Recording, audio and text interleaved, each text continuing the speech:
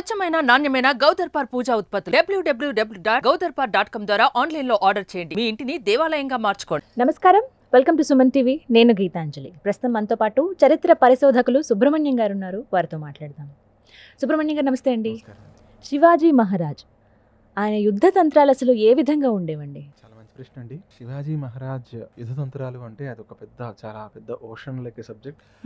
ప్రధానమైన ఒక యుద్ధం చెప్తానండి. అందులో ఆ యుద్ధాన్ని చెప్తూ చుట్టుపక్కల ఆయన వాడిన రకరకాల పద్ధతులు ఏంటి, రకరకాల స్ట్రాటజీస్ ఆయన వాడినవి ఏంటి అన్నీ అందులో మనకి వస్తాయి.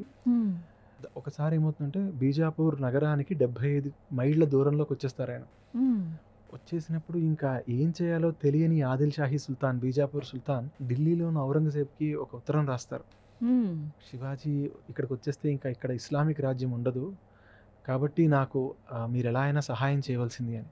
శివాజీ పెరిగిపోతే నాకు ఇబ్బంది అని తెలిసిన ఔరంగజేబ్, అది కాక ఔరంగజేబ్ భారతదేశం మొత్తాన్ని తన చేతిలో పెట్టుకుందాం అనుకున్నాడు. ఆయనకి అప్పటికి ఇంకా పూర్తిగా రాలేదు. వీళ్ళు నాకు వ్యతిరేకంగా ఉన్నారు అని ఆయన తన సొంత మేనమామని 1,00,000 మంది సైన్యాన్ని ఇచ్చి పంపిస్తాడు శివాజీ మీదకి. అతని పేరు షైస్తా ఖాన్. ఆ షైస్తా ఖాన్ యుద్ధానికని వస్తారు. అప్పటికి శివాజీ ఎప్పుడు మీరు ఇవాళ కూడా వెళ్ళి ఎప్పుడైనా మహారాష్ట్ర వెళ్ళి చూస్తే చాలా బాగుంటుంది. రాజ్గఢ్ అని ఒక చోట ఆయన ఉండే, రాజ్గఢ్ అంటారు, అక్కడ ఆయన కోట ఉంటుంది. అది కొండల మధ్యలో ఉంటుంది. ఆయన ఎందుకు అక్కడ పెట్టుకున్నారు అప్పట్లో కోట అంటే, ఆయన దగ్గర ఉన్న సైన్యం చిన్నది. ఆయన దగ్గర ఒక 20-30 కోట్లు ఉన్నా అన్నిట్లో కలిపి ఉన్న సైన్యం 20,000 మంది. 20,000 మంది. ఔరంగజేబు ఒక యుద్ధానికి పంపించగలిగే సైన్యం ఔరంగజేబు 1,00,000 ఉండేది. కాబట్టి తట్టుకోలేము, వీళ్ళు ఎప్పుడైనా మీదకి వస్తే మనం రాజు పడిపోతే సైన్యం కకావికలం అయిపోతుంది అనే దానితో ఎప్పుడు శివాజీ ఎప్పుడు కొండల మీద ఉన్న కోటల్లో ఉండేవారు. దానివల్ల 2 అడ్వాంటేజెస్. కొండ మీద మీరు ఉన్నప్పుడు మీకు దారులన్నీ మీ కంట్రోల్లో ఉంటాయి. అంటే ఏ దారిలో ఎవడొస్తున్నాడో తెలుస్తుంది, మీరు మాటు వేసి కొట్టడానికి ఈజీగా ఉంటుంది. చివరికి ఇండివిడ్యువల్గా ఎవరైనా కొరియర్ లాగా వెళ్తున్న వాళ్ళు, వాహకుల్లా వెళ్తున్న వాళ్ళు కూడా కోట నుంచి మీకు కనబడతారు. సో అందువల్ల కింద ఎవరున్నారో తెలుస్తుంది. ఎవడైనా మన మీదకి రావాలంటే వాడు కొండెక్కొచ్చి మన కొట్టాలి, మనం పైనుండి కొడతాం, మనకి శక్తి ఎక్కువ ఉంటుంది, స్థానబలం మనకు ఉంటుంది. కాబట్టి శివాజీ రాజ్గఢ్ దగ్గర ఉన్నారు. ఏం చేయాలి? ఈ షైస్తా ఖాన్ ఆలోచించాడు. 1,00,000 మంది తన దగ్గర ఉన్నారు. సరే, ఒక పని చేద్దాం, శివాజీ తాలూకా బయట ఉన్న చిన్న చిన్న కోటల్ని కొట్టుకుంటూ వెళ్దామని చెకన్ అని ఒక కోట ఉందండి శివాజీ మహారాజ్. ఆ చెకన్ కోటలో ఫిరంగోజీ అని ఒక అతను ఉండేవారు. ఆయన దగ్గర 500 మందే సైన్యం. సో అలా అంత తక్కువ వాటితోనే మెయింటైన్ అయ్యేవాళ్ళం అప్పట్లో. అంతకన్నా శక్తి ఉండేది కదా శివాజీ దగ్గర. అక్కడికి మరి 500 మంది మీదకి 1,00,000 మందితో వెళ్తాంలే అని 5-6 వేల మందిని పంపిస్తాడు ఆ షైస్తా ఖాన్. ఆ ఫిరంగోజీ అన్న ఆయన, అతనికి ఫిరంగోజీ అన్నది బహుశా బిరుదు అనుకుంటున్నాను నేను. ఎందుకంటే అతను ఈ ఫిరంగులు వాటిని పేల్చడంలో చాలా గొప్పవాడు. ఆయన చూస్తాడు, 1000 మంది సైన్యం వస్తుంది, నా దగ్గర 100లో ఉన్నారు. సో వీళ్ళకి సాధ్యమైనంత ఎక్కువ డ్యామేజ్ చేసి నేను ఇక్కడి నుంచి వెళ్ళిపోతాను అని ఆయన అనుకుంటారు. అనుకుని ఏం చేస్తారంటే, తారాజువ్వలు తెలుసు కదా, ఇప్పుడు రాకెట్లు వేస్తాం, పాత రోజుల్లో ఇలా పట్టుకుని తారాజువ్వలు వేస్తాం. ఆ తారాజువ్వల్లో మామూలుగా బాణాసంచా పెడతారు. ఆయన ఫిరంగి గుండు పెడతాడు. అందులో పెట్టి బయటకి మామూలు దాంతో కలిపి ఒత్తి వెలిగించి ఈ వస్తున్న సైన్యం మీదకి వదులుతారు వాటిని. ఫస్ట్ లెవెల్ ఆఫ్ రాకెట్స్ అవి. ఇప్పుడు మనమైతే రాకెట్స్ మిసైల్స్ అనుకుంటున్నామో అది క్రూడెస్ట్ వెర్షన్ ఆఫ్ దట్. అది ఎప్పుడైతే ఔరంగజేబ్ సైన్యం మీదకి వస్తుందో, తారాజువ్వలేరా ఏముంది దాంట్లో, వాటికి కూడా భయపడిపోతామో, మనం అరవేర భయంకరలు అనుకుని వీళ్ళు ఎదురు వెళ్తారు. అందులో ఫిరంగి గుండు 100 మందిని చంపితే వీడి నింపింది ఒక 2-3 చంపగలదు. అంతంతుంది అందులో. దాంతో చాలా సైన్యం నష్టపోతుంది, ఎందుకంటే వాళ్ళు ఎక్స్పెక్ట్ చేయలేదు దాన్ని. దాంతో 2వ వేవ్ని పంపిస్తాడు. వాళ్ళ దగ్గరికి వచ్చే వరకు ఫిరంగులతో పేల్చి, దగ్గరికి వచ్చాక ఫిరంగి గుండంతా ఒక చోట పోసి వాళ్ళందరూ లోపల దాకా రానిచ్చి ఆ కోట గోడలతో సహా అంతా ఒకేసారి పేలిపోయేలా చేసి ఒక 200 మందితో ఆయన పారిపోతాడు. ఆయన దగ్గర 300 మంది చనిపోతారు. కానీ శత్రువు దగ్గర 5-6 వేల మంది సైనికులను కోల్పోతాడు యుద్ధంలో. దీనివల్ల ఇది గెరిల్లా యుద్ధ తంత్రాల్లో ప్రధానంగా ఇప్పుడు కూడా గెరిల్లా వార్ స్ట్రాటజీస్ అంటారు. శివాజీ పాటించింది ఇవే. ఇందులో పెద్దది ఏంటంటే శత్రువుని మానసికంగా దెబ్బతీయడం. అండ్ అక్కడ శివాజీ లేడు. శివాజీ తాలూకు ఒక సర్దారే నన్ను ఎంత కొడితే శివాజీ ఉంటే ఎంత కొడతాడు, ఇది ఒక భయం పట్టుకుంది వాళ్ళకి. ఆ తర్వాత శివాజీ ఇంకెక్కడో 2 కొండల మీద ఉన్నాడని తెలిసి 2 కొండల మధ్యకి వీళ్ళ సైన్యం వెళ్ళిపోతుంది. మరో 20,000 మంది పంపిస్తాడు ఈయన. అటు ఇటు దారులు మూసేస్తారు. మహాప్రభు ప్రాణభిక్ష పెట్టండి, ఇంకా మేము ఓడిపోతామని మాకు తెలిసిపోయింది అని వాళ్ళు అన్నప్పుడు, మీ గుర్రాలు కత్తులతో సహా అన్నింటినీ వదిలిపెట్టేసి మీరు వెళ్ళిపోతామంటే, మీరు కట్టుబట్టలతో వెళ్ళిపోవడం అంటే ప్రాక్టికల్గా కట్టుబట్టలతో మాత్రమే వెళ్ళిస్తారు. చివరికి వాళ్ళ దగ్గర ఉన్న చిన్న చిన్న కత్తులు కూడా లాగేసుకుంటారు. 2 సార్లు ఎప్పుడైతే దెబ్బతిన్నాడో షైస్తా ఖాన్, ఒకసారి 5,000 మంది పోయారు, ఇంకోసారి సైన్యం వెనక్కి వచ్చింది కానీ ఆయుధాలు పోయాయి. నేను శివాజీ మీదకి దాడికి వెళ్ళను, శివాజీయే నా మీదకి దాడికి రావాలి. ఆయన ఆయన ఆయన స్ట్రాటజీ ఆయన మార్చుకుంటాడు. శివాజీ పుట్టి పెరిగిన ఊరు పూణే.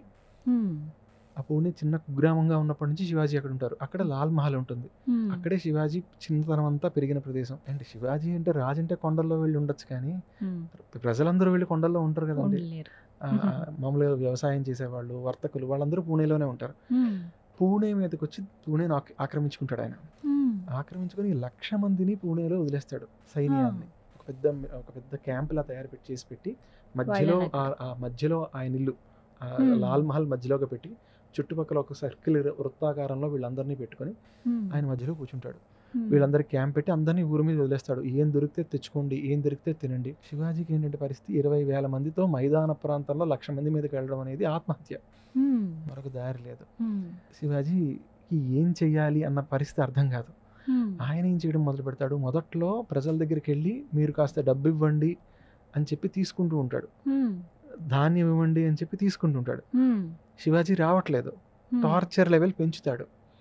ఒక 6 నెలల తర్వాత కనబడిన వర్తకుడు ఎవడైనా క్యారవాన్ లాంటిది, మనం క్యారవాన్ అంటాం కదండి, దాంట్లో బండిలో ఏదైనా సామాన్ తీసుకెళ్తున్నాడు, ఎత్తుకొచ్చేయండి. శివాజీ అప్పటికి కూడా రారు. శివాజీ ఇంకా రావట్లేదు, నెక్స్ట్ స్టెప్ వేద్దాం. నెక్స్ట్ స్టెప్ ఏమిటి, పంట పొలాల్లోంచి డైరెక్ట్గా పంటను ఎత్తుకొచ్చేయడం మొదలు పెడతారు. ఇళ్లలోకి వెళ్ళి ఆడవాళ్ళని ఎత్తుకొచ్చేయడం మొదలు పెడతారు. అప్పుడు శివాజీ దగ్గర ఉన్న ఈ మనుషులందరూ అసలు మనం ఈ ఊర్లో ఉండడం అవసరమా అన్న ఆలోచన మనుషులకు వచ్చేస్తుంది. ఎందుకంటే ఏ రోజు ఎవరి మీద ఏం వస్తుందో తెలియట్లేదు, శివాజీ రావట్లేదు కాపాడడానికి. ఈ విషయాలు శివాజీకి ఉన్న ఒక గొప్ప విషయం ఏంటంటే బహిర్జీ నాయక్ అని, అదొక చాలా ఇంట్రెస్టింగ్ కదండి, మరి ఒకసారి ఎప్పుడైనా చెప్పుకుందాం. ఆ శివాజీ తాలూకా స్పై చీఫ్ అండి ఆయన గూఢచారి విభాగానికి అధ్యక్షుడు. గూఢచర్యంలో శివాజీ ఒక కొత్త పుంతలు తొక్కారు. యాక్చువల్గా 3,000 మంది గూఢచారులు మెయింటైన్ చేసేవారండి. ఆయన ఒక చిన్న రాజ్యంగా ఉన్నాడు. అంటే 20,000 సైన్యం ఉంటేనే 3,000 మంది గూఢచారులు ఉండేవారు ఆయనకి. వాళ్ళందరూ వచ్చి శివాజీకి చెప్తారు, అయ్యా అసలు ప్రజలే ఇంక వెళ్ళిపోయే పరిస్థితి వస్తోంది, మనం ఏదో ఒకటి చేసి వాడిని ఇక్కడి నుంచి పంపించాలి. ఎలా పంపించడం, ఒక ప్రమాదకరమైన ఒక స్ట్రాటజీ తయారు చేస్తారండి. ఆ స్ట్రాటజీ ఎందుకు ఇంపార్టెంట్, దాన్ని ఇప్పటికి కూడా చదువుతున్నారు ప్రజలు. ఇండియాలో దానికి ఎక్కువ లేదు కానీ మీ యూఎస్ అలాంటి చోట్ల ఉంది, అది ఎందుకు చెప్తాను తర్వాత మీకు. ఆయన ఏం చేస్తారంటే తన బాల్య స్నేహితులు ఎవరైతే పూణేలో ఉన్నారో, ఆయనతో కలిసి ఆడుకున్న ఫ్రెండ్స్ ఎవరైతే ఉన్నారో, దోస్తులు ఎవరైతే ఉన్నారో వాళ్ళందరినీ పిలిపిస్తారు. పిలిపించి వాళ్ళకు పరీక్ష పెడతారు. అరే మనందరం కోతి కొమ్మచ్చి ఇలాంటి ఆటలన్నీ మా ఇంట్లో ఆడాం కదా, దాగుడు మూతలు ఇవన్నీ ఆడాం కదా, మా ఇల్లు 20 గదులు ఉంటాయి నా లాల్ మహల్లో, 20 గదుల్లో ఏ గదిలోంచి ఏ గదిలోకి ఎలా వెళ్ళొచ్చు, ఎలా మెట్లు దిగాలి, ఎలా ఎక్కాలి, ఎక్కడెక్కడ ఉన్నాయి, ఇది నాకు మీరు ఇప్పుడు చెప్పాలి. 10 మంది ఫ్రెండ్స్లో 2 మాత్రం యాజ్ ఇట్ ఈస్గా ఇల్లంతా చెప్పగలుగుతారు. వాళ్ళందరూ చిన్నప్పుడు ఆడుకున్నారండి, పెద్దయ్యాక మామూలుగా ఇంటికి వచ్చి వెళ్ళడమే కదా, కార్నర్స్తో సహా తెలియాలి, ఇల్లు మూలకి ఇల్లు తెలియాలి కదా. 2 చెప్పగలుగుతారు, ఒకళ్ళు చిన్నాజీ, ఇంకోళ్ళు బాజాజీ. వాళ్ళిద్దరిని మీ ఇద్దరు నా ఇద్దరు సర్దార్లు యుద్ధానికి అంటారు. అసలు ఏంట్రా ఎవరితో యుద్ధం చేస్తున్నారా అని అడుగుతారు వాళ్ళు. ఏరా పోరానే మాట్లాడుకునేవారు మిత్రులు కాబట్టి. అంటే శివాజీ అంటారు, మనం ఇప్పుడు లాల్ మహల్ మీదకి వెళ్తున్నాం అంటే ఎంతమందితో అంటారు, 400 మందితో అంటారు శివాజీ. అన్న అక్కడ ఉన్నది 1,00,000 మంది, నువ్వు 400 మందితో వెళ్తానంటున్నావు అంటే నా సైన్యంలో ఉన్న అతి గొప్ప సైనికులు 400 మందిని నేను ఇచ్చాను. మీ ఇద్దరికి రూట్ పెర్ఫెక్ట్గా ఇంట్లో తెలుసు, నేను మీ ఇద్దరు మన ముగ్గురమే సేనకి నాయకత్వం వహిస్తున్నాం. కానీ మనకి ఎప్పుడు వాళ్ళు అడుగుతారు, వెళ్తాం సరే అసలు మనకి ఎక్కడ ఎవడున్నాడు, ఎలా ఎవడున్నాడు ఇదంతా తెలుసా అంటే, బహిర్జీని నేను ఆల్రెడీ చెప్పెట్టాను రా, బహిర్జీకి గూఢచారికి చెప్పాను, గూఢచారి విభాగానికి అధ్యక్షుడికి. ఆయన ఇప్పటికే 400 మంది గూఢచారులు ఆల్రెడీ లోపలికి వెళ్ళారు. ఏం చేశారు వాళ్ళు, ఇదిగో వాళ్ళు ఎవడెవడు ఎక్కడెక్కడ ఉన్నాడో ఇదిగో మ్యాప్ మన వాళ్ళకి గీసి తెచ్చారు. 2 మన గూఢచారులు అంటే శివాజీ మహారాజ్ గూఢచారులకి కొన్ని పనులు నేర్పించేవారండి. ప్రధానంగా పనులు ఏం నేర్పించేవారంటే ఒంటికి మాలిష్ చేయడం. ఒళ్ళు పడతారు కదా, అంటే సైన్యానికి వెళ్ళే సైనికులకి తొందరగా ఒళ్ళు నొప్పులు వస్తాయి ఆ గుర్రాల మీద. కాబట్టి దానికి ముందు అది ఆ మాలిష్ చేయడం చేయగలిగే వాళ్ళు. 2 బట్టలు ఉతకడం. సైనికులకి వాళ్ళ బట్టలు అవి ఉతికే వాళ్ళు అలాంటి వాళ్ళు ఎవరు రారు యుద్ధానికి, కాబట్టి అవి చేసేవాడు ఎవడో ఒకడు కావాలి. అలా వాళ్ళు నాకు 400 జతల దుస్తులు ముఘల్ సైనికులు తెచ్చిచ్చారు మనకి, వాళ్ళ బట్టలు వేసుకొని మనం వెళ్తాం. ఎప్పుడు వెళ్తామండి, దానికి కూడా నేను ఆలోచించాను పథకం. రంజాన్ నెల వస్తుంది, రంజాన్ నెలలో వీళ్ళు పొద్దున్న తినేసి మళ్ళీ రాత్రి తింటారు, మధ్యలో ఉపవాసం చేస్తారు. మొదటి 3-4 రోజులు ఒంట్లో అప్పటిదాకా ఉన్న శక్తి వాళ్ళకి కాస్త ఉపకారం చేస్తుంది. 5వ రోజు నుంచి పాత శక్తి ఇంక ఉండదు. అప్పటి నుంచి బాడీ తను తానే డెవలప్ చేసుకుంటూ వెళ్ళాలి. పాతగా రిజర్వ్ స్టాక్ అంతా అయిపోతుంది. కాబట్టి అప్పటి నుంచి నిద్ర ఎక్కువ పడుతూ ఉంటుంది వాళ్ళకి రాత్రిపూట. కాబట్టి 6వ రోజు రాత్రి మనం యుద్ధానికి వెళ్తా ఉంటారు. 6వ రోజే ఎందుకు అంటారు వీళ్ళు. నేను 10 మందికి చేత ఇలా ఉపవాసాలు చేయించాను మన సైన్యంలో. వీళ్ళు 6వ రోజు తర్వాత అంటే చూడండి ఎంత శాస్త్రీయంగా ఆయన ఆలోచించుకుంటూ వెళ్ళారు, చేశారు. అవును, ఇది అయింది కదా. ఇప్పుడు మరొక విషయం కూడా మీకు చెప్తాను వినండి అని ఆయన ఏమంటారంటే, ఆ రోజు అక్కడ ఒకళ్ళ పెళ్ళి అవుతుంది. పెళ్ళి అవుతోంది కాబట్టి ఇంకా ఎక్కువ తింటారు. ఉపవాసం చేసిన వాడు తింటే మామూలుగా నిద్ర పట్టదు, మనకి పని సులువు అవుతుంది. ఇంకొకటి రంజాన్ కూడా మీకు చంద్రుడు కనబడితే వాళ్ళకి మంత్ అయిపోతుంది. కాబట్టి స్టార్ట్ కూడా చంద్రుడు అమావాస్య దగ్గరే స్టార్ట్ ఉంది. అమావాస్యకి దగ్గరగా వెళ్తే మనం చీకట్లో వెళ్తాం. ఇంత ప్లాన్ అంతా సెట్ అయింది, మీరు ఏం కంగారు పడకండి, నేను చెప్పినట్టు చేయండి అని చెప్తారు. ఇంత ఆలోచించారండి ఆయన. ఇంత తన సైనిక పాఠవాన్ని అంతా చేసుకున్నారు. చివరికి ఆ రోజు వస్తుంది. పెళ్లి హడావిడిలో ఉన్నప్పుడు అంటే 1,00,000 మంది దగ్గర 400 మంది అంటే మీకు 1000కి 4. 1000 మందిలో 4 కలిసిపోతే ఎవడు గుర్తుపట్టలేడు. అలా కలిసిపోయి లోపలికి వెళ్తారండి. లోపలికి వెళ్ళి అందరూ పడుకున్న తర్వాత లోపలికి వెళ్ళి కొందరు అంటే మోస్ట్ ఇంపార్టెంట్ ప్లేసెస్లో ఉన్న ఈ గార్డ్స్ని లేకపోతే రక్షక భటులు ఎవరెవరైతే ఉన్నారో వాళ్ళని చూసుకోవడానికి కొంత సైన్యం వెళ్ళిపోతుంది. వెళ్ళి 400 మందిలోనే కేవలం ఒక 20-30 మందిని తీసుకొని శివాజీ ఆ ఇద్దరు డైరెక్ట్గా మధ్యలోకి వెళ్తారు. వెళ్ళి రాత్రి వీళ్ళు వెళ్తున్నారు, వాళ్ళు మళ్ళీ రేపు మన్నాడు పొద్దున్న లేచి తినాలి. 1,00,000 మంది కాబట్టి వాడు గంట ముందు వంట స్టార్ట్ చేస్తారంటే అవుతుంది కదా. సో రాత్రే స్టార్ట్ అయిపోతుంది వంట. డైరెక్ట్గా వంటశాల దగ్గరికి వెళ్తారండి. వంటశాల నుంచి పైకి వెళ్ళొచ్చు. వంటశాల దగ్గరికి వెళ్తారు.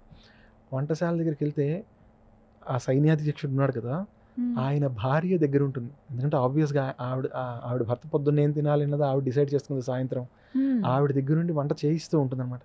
అక్కడికి వీళ్ళు అరుచుకుంటూ వెళ్తారు, మేము ఆయన చంపడానికి వచ్చామని చెప్పి. ఎందుకు అరుస్తారు? మనకు ఆశ్చర్యం వేస్తుంది. డైరెక్ట్గా వెళ్ళి చేసేయాలి కదా అని చెప్పి ఆవిడని అలర్ట్ చేయడం కోసం. ఆవిడేం చేస్తుంది, చంపేయడానికి వస్తున్నాడు శివాజీ అని చెప్పి ఆవిడ తన చిలికత్తెలకు చెప్పి ఆవిడ పరిగెడుతుంది. ఎక్కడికి పరిగెడుతుంది? భర్త ఉన్న గది దగ్గరికి పరిగెడుతుంది. ఆవిడికి పాపం ఆ భర్త మీద అంత కన్సర్న్ ఉంది, కానీ ఆ భర్త మరో 16 ఏళ్ల స్త్రీతో ఉంటాడు ఆ రాత్రి. అయినా కూడా ఆవిడ తన భర్తను కాపాడుకుందామని వెళ్తుంది. వెళ్తున్నప్పుడు వెంటనే సైనికులు ఏం చేస్తారంటే ఆ గదిలో దీపం ఆర్పేస్తారు. ఏ గదిలో అయితే ఆయన ఉన్నాడో ఆ గదిలో దీపం ఆర్పేస్తారంటే శివాజీ అక్కడికి రాకూడదని. అది చూసి శివాజీ రియలైజ్ అవుతారు, వీడు అక్కడికే వెళ్తోంది. ప్లాన్ ప్రకారం కూడా అదే, ఆవిడ వెనకాతలే వెళ్ళాలని. ఆవిడని ఏమీ చేయకుండా ఆవిడ వెళ్తున్న దారిలో వెళ్తారండి. వెనకాతల వెళ్తున్నాడు, ఆవిడ కరెక్ట్గా ఆ గదికే వెళ్తుంది. ఎందుకంటే ఆవిడ భర్త సేఫ్గా ఉండడం ఇంపార్టెంట్ కదా, ఆయన అలర్ట్ చేయడం ఇంపార్టెంట్. అందులో ఆయన ఇంకో పనిలో ఉన్నాడు కాబట్టి ముందు ఆయన అందులోంచి బయటికి తీయాలి అని ఆవిడ పరిగెట్టుకుంటూ వెళ్తుంది. ఈ ఆవిడ అరుపులు విన్న ఆవిడ కుమారుడు వస్తాడు. ఆ కుమారుడు రాకపోయి ఉంటే ఆ రోజు ఆయన చచ్చిపోయేవాడే. ఎందుకంటే ఆ తలుపు దాకా వెళ్ళాక కుమారుడు అడ్డుపడడం వల్ల శివాజీకి ఒక నిమిషంలో ఆ కుమారుడిని చంపుతాడు. కానీ ఆ నిమిషం అతనికి టైం దొరుకుతుంది. ఆయన 2వ అంతస్తులోంచి షైస్తా ఖాన్ అనే మనిషి ఆ అమ్మాయిని వదిలేసి ఈ భార్యను వదిలేసి ఆ 2వ అంతస్తు నుంచి దూకేస్తాడు కిటికీలోంచి. ఆ దూకేస్తున్న సమయంలో కిటికీ పట్టుకుని ఉంటే శివాజీ లోపలికి వెళ్ళేసరికి దూకుతూ ఉంటాడు. ఆ చేతి వేళ్లు కట్ అయిపోతాయి శివాజీ వేసిన వేటుకి. అంటే చెయ్య కట్ చేసేద్దాం అనుకుంటారు ఆయన. అయిపోయాక ఆయన పడ్డాడు కదా కిందన. సగం మంది ఏంటి రాత్రి కన్ఫ్యూజన్ లో ఉన్నారు. ఇప్పట్లో ఎలక్ట్రిక్ ల్యాంప్లు ఏం లేవు కదా, కాగడాల వెలుతురులో సగం మంది ఆయన చుట్టూ వెళ్తారు ఆయన కాపాడుకోవడానికి, అంగరక్షకులు వాళ్ళు. శివాజీ వాళ్ళు కూడా వీళ్ళ సైనికుల బట్టల్లోనే ఉన్నారు. వీళ్ళందరూ మన సుల్తాన్ మీద దాడి జరిగింది, మన సైనికుడి మీద దాడి జరిగింది, కాపాడండి అతన్ని కాపాడండి వీళ్ళే అరుచుకుంటూ బయటకు వచ్చేస్తారు క్యాంప్లోంచి. ఆ దాడిలో ఒక సర్వ సైన్యాధిపతి అంటే ఆయన పర్సనల్ బాడీ గార్డ్స్ ఒక 50 మంది ఉంటారు కదండి. అందులో ఆ 43 చచ్చిపోతారు. షైస్తా ఖాన్ తాలూకా 3 పిల్లల్ని చంపేస్తారు రాజు కుమారులు. అడ్డుపడతారు వాళ్ళు. ఆయన భార్యలు ఏమవరు, చచ్చిపోతారు. ఆయన చేతి వేళ్ళు కట్ అయిపోతాయి. కొన్ని 100 మంది ఆయనకి ఇంపార్టెంట్ సైనికులు ఎవరెవరైతే ఉన్నారో వాళ్ళందరూ చచ్చిపోతారు. శివాజీ యొక్క సైన్యం 400 మందిలో 6 చచ్చిపోతారు. 30 మందికి దెబ్బలు తగులుతాయి. వీళ్ళు బయటకు వచ్చేస్తారు. తెల్లారు లేచేసరికి పుకారు ఏమని పుట్టిస్తారు వీళ్ళందరూ అంటే, అరే అతను కాపాడుకోలేకపోయాడురా, ఇంతమంది ఉన్నాము, అతన్ని ఇంత 1,00,000 మందిని పెట్టుకుని వచ్చి తన్ని తాను కాపాడుకోలేని వాడు యుద్ధం చేస్తాడా, మనం గెలుస్తామా అన్న అనుమానం ఆయన సైనికులకు వస్తుంది. పూణేలో ఉన్న ప్రజలందరికీ వీళ్ళు చాటింపు వేయించి చెప్తారు, ఆయనకి ఇలా తగిలింది, చేతి వెళ్ళిపోయి, కావాలంటే ఎవరైనా వెళ్ళి చూడండి ఆయన. దెబ్బతో మొహం చూపించుకోలేక రాత్రికి రాత్రి తట్టాబుట్టా సర్దుకొని సైన్యాన్ని అంతటినీ తీసుకుని ఆయన ఔరంగజేబ్ దగ్గరికి వెనక్కి వెళ్ళిపోతాడు. సహజంగా తన సొంత మేనమామ కాబట్టి ఔరంగజేబ్ తల నరికించడు. తల నరికించకుండా బెంగాల్ వెళ్ళిపోమంటాడు. అప్పుడు కూడా ఔరంగజేబ్ మొహం కూడా చూడ్డాయింది, ఇలా వచ్చేస్తావా, ఇంత దారుణంగా ఓడిపోయి వస్తావా వెనక్కి అని చెప్పి. ఇది శివాజీ పాటించిందండి. సో మీరు చూస్తే తంత్రాలు ఎన్నున్నాయో ఇది ఎందుకు ఇవాళ కూడా దీని గురించి చదువుతున్నారు అంటే, ఇది జరిగిన తర్వాత పోర్చుగీస్ వారు శివాజీ తాలూకా చాప్టర్ తమ పుస్తకాల్లో యాడ్ చేసుకున్నారండి. 100 ఏళ్ల పాటు 1660 నుంచి 1760 వరకు పోర్చుగీస్ పిల్లలు ఈ యుద్ధం తెలుసుకున్నారు. ఎందుకంటే పోర్చుగీస్ వాళ్ళు ఇండియా మీద దాడి చేద్దాం అనుకునేవారు కాబట్టి అప్పట్లో ఇది తెలియాలి, ఇండియన్స్ ఇలా చేయగలరు, దానికి తగ్గట్టుగా మన వ్యూహాలు దానికి తగ్గట్టుగా ఉండాలి అని. ఇప్పుడు ఎవరు చదువుతున్నారు అంటే, మీకు ఒసామా బిన్ లాడెన్ పేరు వినే ఉంటారు. లాడెన్ని అమెరికన్స్ చంపేశారు కదా. ఇప్పుడు నేను చెప్పిన దాంట్లో చూస్తే మీకు చాలా సిమిలారిటీస్ కనబడతాయి రెండింటి మధ్య. దీనిపైన మేఘా దేశ్ముఖ్ భాస్కరన్ అనే ఒక లేడీ ఛాలెంజింగ్ డెస్టినీ అనే పుస్తకం రాశారండి. అందులో చాలా వివరంగా ఆవిడ ఈ రెండింటి మధ్య మ్యాపింగ్ చేసి మరీ చెప్పారు. అంత మ్యాపింగ్లోకి మనం వెళ్ళాం కదా, అది పెద్ద రీసెర్చ్ పేపర్ కాబట్టి అందులోకి వెళ్ళాం కంటే కొన్ని సామ్యాలు చెప్తాను, రెండు మధ్య ఉన్న సిమిలారిటీస్ చెప్తాను. ఇక్కడ పూర్తి ఎనిమీ టెరిటరీలోకి వెళ్ళి శివాజీ అతన్ని భయపెట్టి అది చంపేసేవాళ్ళే, వేటుకు దొరకలేదు కానీ మనిషి లేదా చంపేసేవారే. కానీ ఆయన ఆ మొత్తం మిషన్ అవతల వాళ్ళు వదిలేసుకునేలా చేయగలిగారు శివాజీ. ఒక ఎనిమీ టెరిటరీ పాకిస్తాన్ అనే దేశంలో, తమకు మిలిటరీ ప్రెజెన్స్ లేని దేశంలో ఒక ఇంట్లో ఆయన ఉంటే రాత్రిపూట ఎవరికీ కనబడకుండా ఒక స్పెషలైజ్డ్ కమాండో ఫోర్స్ సీల్స్ అని చెప్పి వెళ్తారు. వీళ్ళు ఎలా అయితే శివాజీ ఏం చేశారు, తన బిల్డింగ్ లోకి వెళ్ళి ఆ బిల్డింగ్ తాలూకా లేఅవుట్ పూర్తిగా తెలిసిన వాళ్ళని కమాండర్స్గా పెట్టుకుని వెళ్ళారు. అమెరికన్స్ అబట్టాబాద్లో లాడెన్ ఏ ఇంట్లో ఉన్నాడని వాళ్ళకి తెలిసిందో ఆ ఇంటి నమూనాను చేయించుకొని ఈ సీల్స్కి అక్కడ ట్రైనింగ్ ఇచ్చారు. మీకు దీన్ని ఘోస్ట్ వార్స్ అనే పుస్తకంలో చెప్తారు. స్టీవ్ కోల్ అనుకుంటా రాసిన దాన్ని. ఘోస్ట్ వార్స్ అనే పుస్తకంలో మీకు అది ఆ ట్రైనింగ్స్ అవి ఎలా జరిగాయి, సిఏఏ వాళ్ళు ఏం చేశారన్నది చెప్తారు. రాత్రి వెళ్ళారు, పని చేసుకుని అదే చీకట్లో వెనక్కి వచ్చేసారు. ఇక్కడ కూడా రాత్రి వెళ్ళారు, అదే చీకట్లో వెనక్కి వచ్చేసారు. యుద్ధం అలా జరిగి అలా క్లోజ్ అయిందండి. ఇలా ఇంకా మీరు చూస్తే ప్రతి చోట మనకు సామ్యాలు కనబడుతుంది. అక్కడ ఒక స్త్రీయే తన భర్త గది వైపు దారి చూపించింది, ఇక్కడ లాడెన్ తాలూకా 4వ భార్య ఆయన ఎక్కడున్నాడని గావు కేకలు పెట్టి చెప్తుంది. సో అక్కడ కూడా ఎవరైతే ఇమోషనల్గా మనకి అంటే ఒక ఇమోషనల్ బాండింగ్లో ఉంటారో వాళ్ళకి సడన్గా ఇలాంటిది ఏదైనా జరిగితే ఆ సర్ప్రైజ్ మూమెంట్లో న్యాచురల్ ఇన్స్టింక్ట్ వైపు మనందరం వెళ్తాం కదా, అలా వెళ్ళేలా రెండు చోట్ల జరుగుతుంది. కాబట్టి ఇంకా మనం చెప్పుకుంటే చాలా సామ్యాలు వస్తాయండి. కానీ ఇది కాబట్టి ఈ తంత్రాన్ని ఇప్పటికీ చాలామంది అధ్యయనం చేస్తున్నారు. అసలు మిలిటరీ స్ట్రాటజీస్లో శివాజీస్ మిలిటరీ స్ట్రాటజీస్ మీద కూడా పుస్తకాలు ఉన్నాయి. మన ఇండియన్ జనరల్సే రాశారు కొందరు వాటిని, అవి ఎలా చేశారు ఏంటి అనేవి మనం ఎప్పుడైనా మనం డీటెయిల్గా వాటిని మాట్లాడుకోవచ్చు. ఒక సిరీసే చేయొచ్చు అసలు శివాజీ మహారాజ్ యుద్ధ తంత్రాలు ఏ విధంగా అదండి. ఒకటి అవతలవాడు ఏం చేస్తున్నాడో ముందుగా తెలుసుకోవడం, రెండు అన్నిటికీ తనకి సరిపడా రిసోర్సెస్ ఉన్నాయా లేదా, అండ్ చివరి లాస్ట్ ఇప్పుడు ఇంగ్లీష్లో చూడండి dotting your I's and lining your crossing your T's అంటారు కదా, అలా ప్రతి ఐ మీద చుక్క పెట్టడం, ప్రతి టీ మీద గీత గీయడం వరకు ప్లాన్ చేయడం, అండ్ లాస్ట్ మూమెంట్లో ఏమైనా కొత్తవి జరిగితే దానికి సిద్ధంగా ఉండేలా చూసుకోవడం, ఇలైట్ ఫోర్సెస్తో వెళ్ళి యుద్ధం చేయడం ఎప్పుడైనా. ఇది ఆయన ఒక చోట పాటించిన నీతి. ఇంకా చాలా ఉన్నాయి. అయితే తరమగలుగుతారు లేకంటే యుద్ధంలో గెలుస్తారు. అయితే తరమగలుగుతారు అంటే శివాజీ ఎక్కువ పోరాటాలు ఇన్ఫీరియర్ అమౌంట్ ఆఫ్ ఆర్మీతో సుపీరియర్ ఆర్మీని ఫైట్ చేశారండి. ఆయన తన దగ్గర ఎప్పుడు తక్కువ సైన్యమే ఉండేది, ఎప్పుడు ఎదుటివాడి దగ్గర ఎక్కువ సైన్యం ఉండేది. కాబట్టి ఆయన ఎక్కువ ప్లానింగ్ చేసుకోవచ్చు, చాలా ప్లానింగ్ చేస్తే తప్ప ఆయనకి కంప్లీట్ అయ్యేది కాదు. ఎన్నో నేర్చుకోవచ్చు మనకి, చాలా చాలా చాలా ఆశ్చర్యంగా అనిపిస్తాయి. మీరు చెప్తున్న ప్రతిదీ కూడా అవునా అని అలా ఉండిపోయే పరిస్థితి. ఖచ్చితంగా ఒక సిరీస్ ప్లాన్ చేద్దాం sir. Thank you so much Subrahmanyam గారు. నమస్తే.